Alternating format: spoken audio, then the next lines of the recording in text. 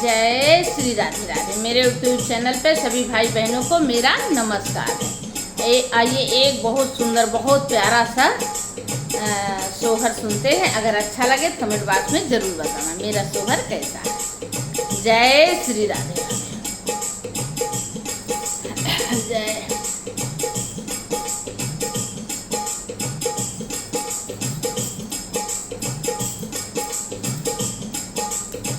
बनवाई ऐसे पिया पातर कुसुमा ऐसा सुंदर कुसुमा ऐसा सुंदर हो बहिनी फूलावा ऐसा सुकुवार चंदना ऐसा महक चंदना ऐसा महकाई हो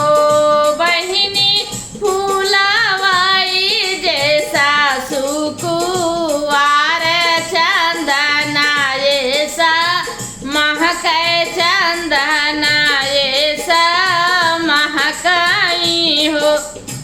इतनी बचाना रानी कहीं तो कहायू ना पावे तो कहायू ना पावाई हो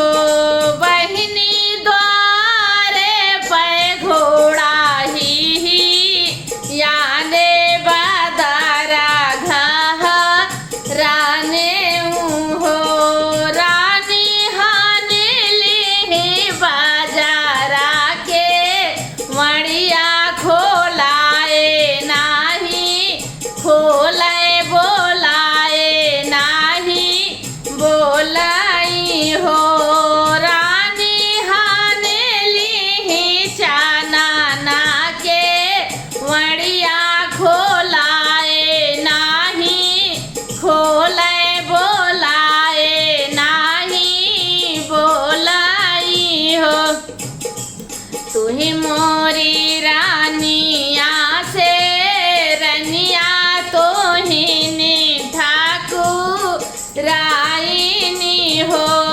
धाना खोली दे तू चाना ना के वड़िया भीतरिया हम आयत से झरिया तोहरे आईती हो। एक घोड़ा धारा ले वो सरवा दूसारा दारा वजवा दूसा